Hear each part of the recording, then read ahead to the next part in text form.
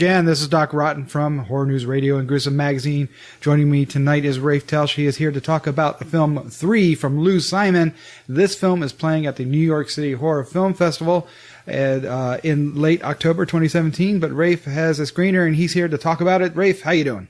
Hey, how you doing, Doc? I'm doing good. So Lou Simon's 3. Tell us why it's called 3. All right, so I actually feel like we need a third person here, just so I have something else. Now, there's actually without going into the ending, there could be a different interpretation of the title 3. But the primary reason that it's called 3 is because you only have really 3 characters in the movie. You have a man, a woman, and we'll refer to the other as an it. The it is a accused rapist who the man and the woman abduct. That in theory, 6 months ago, he raped this woman, and he has gotten away with it, and they have now captured him and locked him, tied him up in the basement with the intent of getting a confession from him so that they can seek justice. And I before I go any further, I just want to say Mike Stanley, who plays the accused rapist, is phenomenal in this movie. He owns the scenes he's in, which is weird for the prisoner to be the one to own the scenes, but he's really top notch in his performance. As the movie progresses, the man and the woman, it starts to reveal that there's some other things going on here. We are not getting the whole story because maybe they're kind of not telling each other the whole story either. It ends up becoming really while there is some horror and gore to what's going on here, there's a nice little hobbling scene. It really is more of a psychological drama where you have the man going down in the basement trying to extract the confession from the rapist and then going upstairs and having conversations with the woman about how it's going and how they met and the past. So it really is more of a psychological drama in these conversations with some touches of horror added in. I've seen a lot of independent, low-budget horror movies, particularly in the last few months. For some reason, they've really been catching my eye. And this is how they should be done.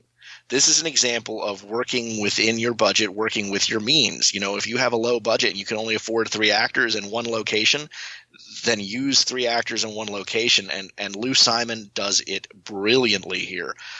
She really knows how to use her cast.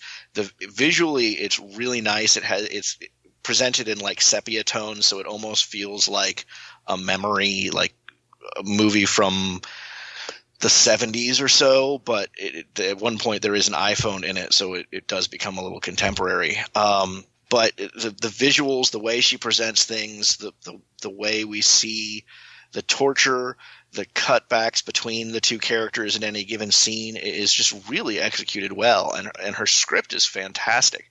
I think all 3 actors do a great job, but particularly Mike Stanley as the accused rapist, who's insistent that he did not do this.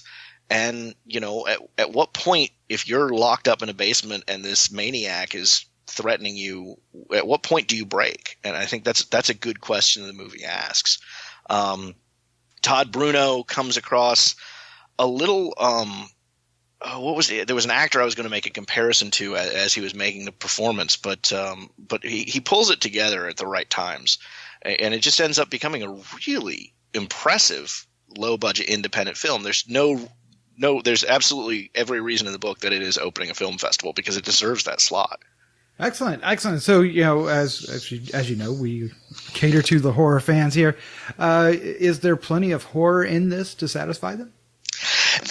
There is, although if they're specifically looking for the horror, they're going to have to be patient. It is more in the second half of the movie. There is some shocking stuff here or there, and then of course there's some there's quite a few references to Silence of the Lambs, by the way, thrown in. It puts the lotion in the basket and that kind of thing, humanizing the victim. But then when we get into the second half of the movie, there's a lot of mutilation and that kind of thing. I think overall, as a horror movie, people may be disappointed if they're looking for that visual horror, but in a mental thing, I think it works really well. All right. Well, that sounds like we pinged it pretty close to what you should be looking for. All right. Well, give us your score, 1 to 5, and your favorite scene. This is a strong 4 from me. As I said, as a low budget independent film, I think this is the model of what they should be going for, what filmmakers should be looking at to do. My favorite scene, about halfway through the movie, It manages to make a form of escape. And as he is attempting to make his way out of the house, there is a shocking little discovery that made me sit there and go, oh shit. Because I totally didn't expect that. That sounds great. All right, well, Rafe, thank you for another wonderful review. Let's say goodnight. All right, good night. Be sure to visit GruesomeMagazine.com to listen to the other Gruesome podcasts, Hard News Radio, and Decades of Horror. Also, check out the Gruesome Magazine Quarterly, available in digital and print-on-demand format.